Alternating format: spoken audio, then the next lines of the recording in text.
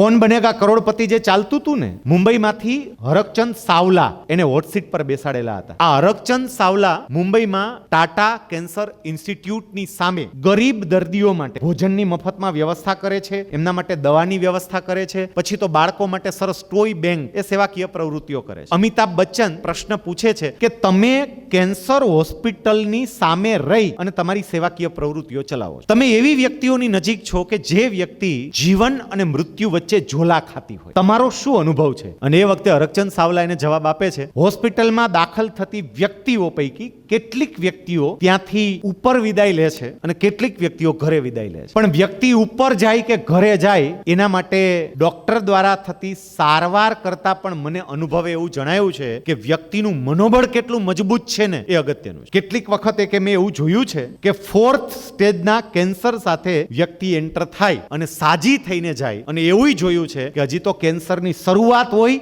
અને વ્યક્તિ દાખલ થઈ હોય અને એનું મૃત્યુ થાય. બાકીની બધી ટ્રીટમેન્ટ અસર કરે જ છે, ચોક્કસપણે અસર કરે જ, નહીં તો મેડિકલ સાયન્સ હોય શું કામ. પણ સૌથી મોટી ટ્રીટમેન્ટ મારે એ કેવું છે કે અહીંથી અપાતી હોય, કારણ કે અહીંની ટ્રીટમેન્ટ યોગ્ય ન હોય ને તો બાકીની કોઈ ટ્રીટમેન્ટ કારગર નહીં નીવડે. અહીંથી બહુ અગત્યનું હોય છે સાહેબ, તમે અહીંથી કેટલા સ્થિર રહી શકો છો, કેવું વિચારો છો, એના આધારે જીવનની અંદર બધી ઘટનાઓ બનતી હોય છે અને આસપાસની વ્યક્તિઓ અને ઇવન કુદરત એ આપણને સપોર્ટ કરતી હોય.